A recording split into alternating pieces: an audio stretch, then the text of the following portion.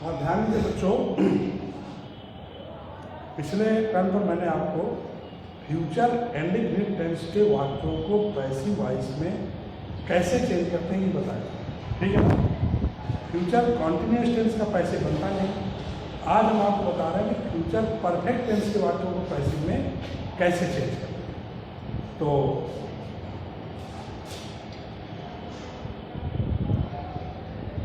Passive voice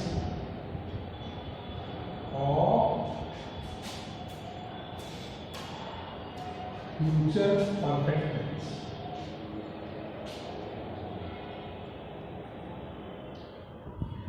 यानी future perfect tense के वाक्यों को पैसिव में चेंज करना।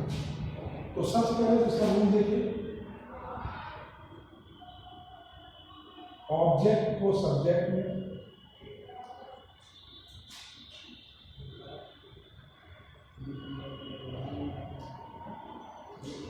प्लस विल या शैल, इसके बाद है और प्लस बी, यानी will have been, shall have been. इसके बाद third form of verb plus by और लास्ट में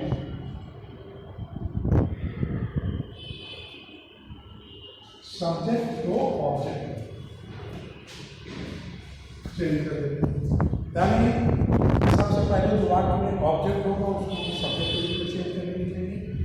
इसके बाद नियम के अकॉर्डिंग विल या शैल, फिर है प्लस बी, इसके बाद वर्ब की थर्ड फॉर्म, फिर बाई का प्रयोग, फिर लास्ट में सब्जेक्ट को ऑब्जेक्ट होनी चाहिए, ठीक है ना।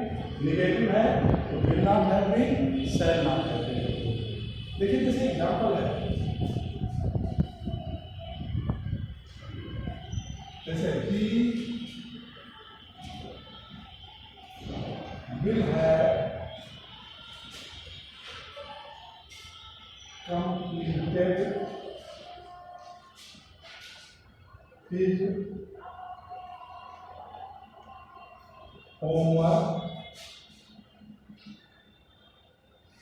before I reach। देखिए इसमें भी before I reach, before I reach. ध्यान दीजिए इसमें भी दो क्लास वाले वाक्य होते हैं। एक क्लास होता है फ्यूचर परफेक्ट में और एक होता है प्रेजेंट इंडेफिनिट में। तो जो बिफोर के पहले वाला क्लास होगा वो फ्यूचर परफेक्ट में होगा और उसी का हमें पैसे बनाना है। तो जैसे ये बिफोर कंडीशन लगा है तो इससे पहले तो पैसे बनेगा, ये भी रहा है कंप्लीटेड होमवर्क, केवल इसका। तो जब इसे हम बनाएंगे तो द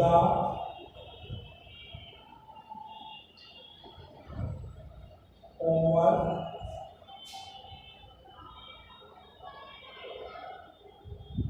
will have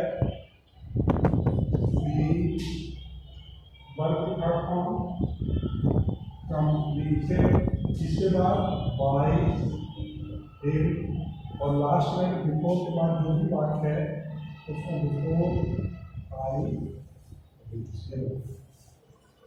तो the homework will have been completed by him before I reach. क्या किया हमने?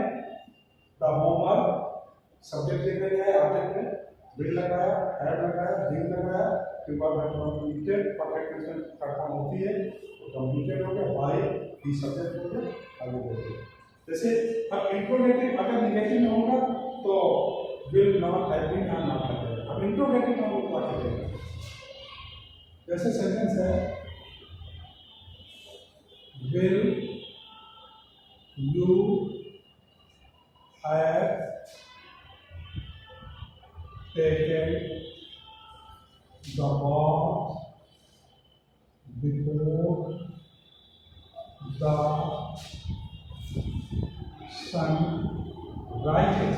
यानी इसमें ध्यान देना बिफोर के बाद वाला क्लास जो होता है प्रेजेंट इंडेफिनिट टेंस का होता है, इस चीज पर विशेष ध्यान देना है।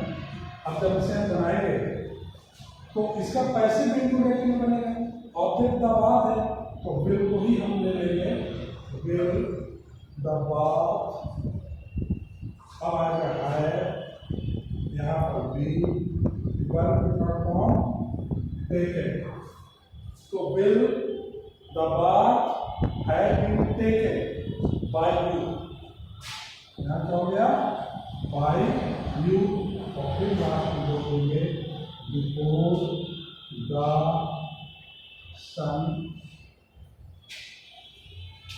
राइज।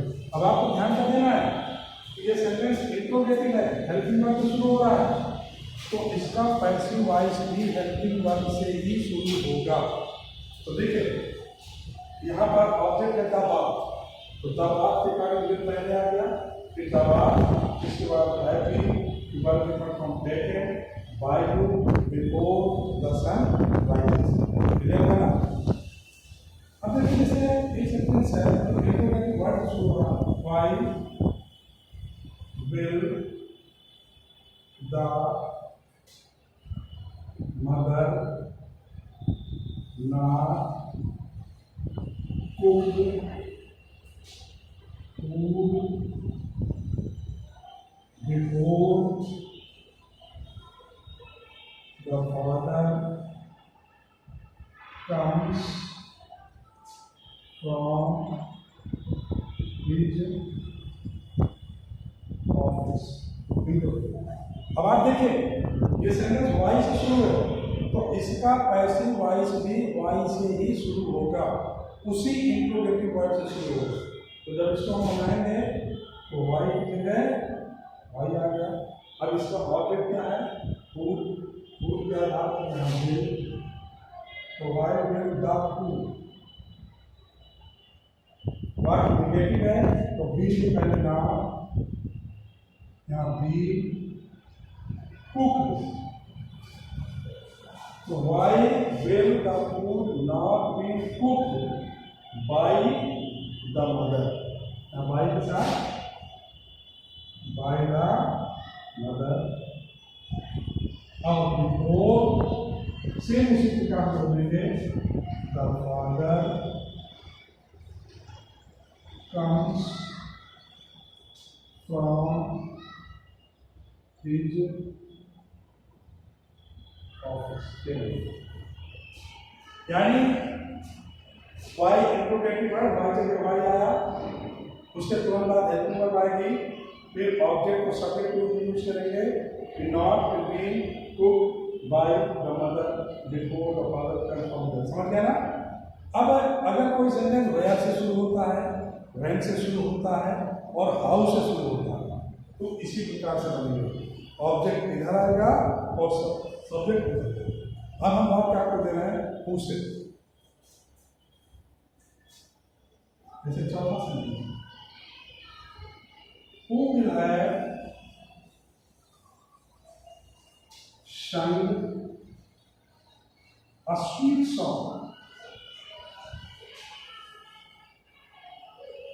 before you come? यानी तुम्हारे आने से पहले मधुर गीत कौन गा चुके हैं। अब ये हु से शुरू है तो पहले क्या कर चुके हैं, जो सेंटेंस हु से शुरू होगा उसको क्या कर देंगे, बाय हु। इसके बाद आप एक स्विच आएंगे, उसके करेंगे by who will a sweet song.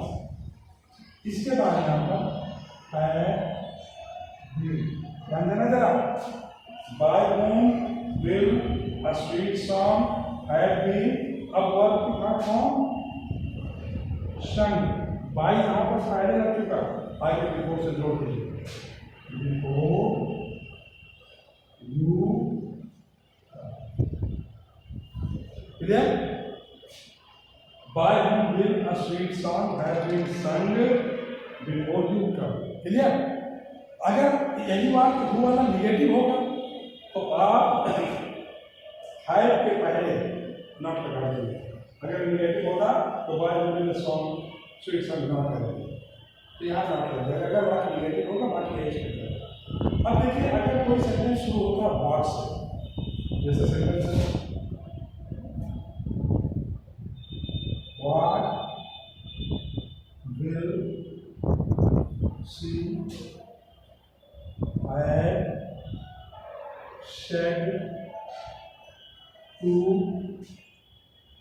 you before I come। आपको मैंने बताया कि अगर कोई सेंटेंस व्हाट से शुरू होता है तो जब उसमें पैसिव बनाएंगे तो व्हाट ही सब्जेक्ट हो जाएगा, हमें उधर से कुछ नहीं लाना। तो यहाँ पर हम व्हाट को ही सब्जेक्ट बना देंगे। कैसे देखिए, व्हाट will have been, देखिए हमने व्हाट कोई सब्जेक्ट आ दिया, have been said by you, by to by her to you, और before I come, यानी देखिए व्हाट ही सब्जेक्ट हो गया, ठीक है ना। What will have been said by her to you before I come। एक सेंटेंस हम दे रहे हैं तो which से रिलेटेड है, जैसे which nation will the teacher have taught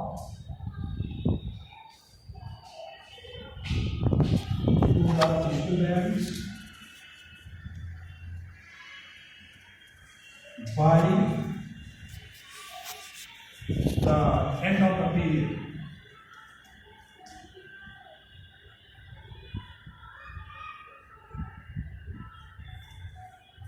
तो इसमें विच से शुरू है तो यही सब्जेक्ट हो जाएगा, ये विच नेशन।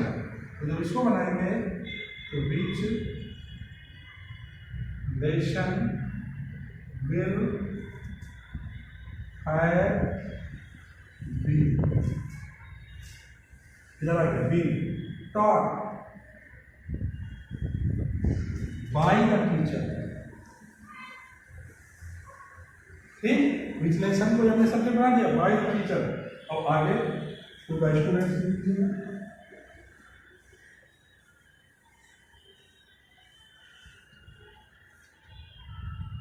और बाकी by the end of the period, जो ठीक है। तो लगभग हर तरह का मैंने एक वाक्य आपको दे दिया, हर एग्जाम्पल को आप बहुत अच्छे ढंग से समझिए, इसके बाद इसको फेयर कॉपी में नोट करिए और इससे रिलेटेड एक्सरसाइज आपकी किताब में दी होगी वो पूरी एक्सरसाइज कर डालिए, नियम अपने आप समझ में आ जाएगा। ठीक है, ओके।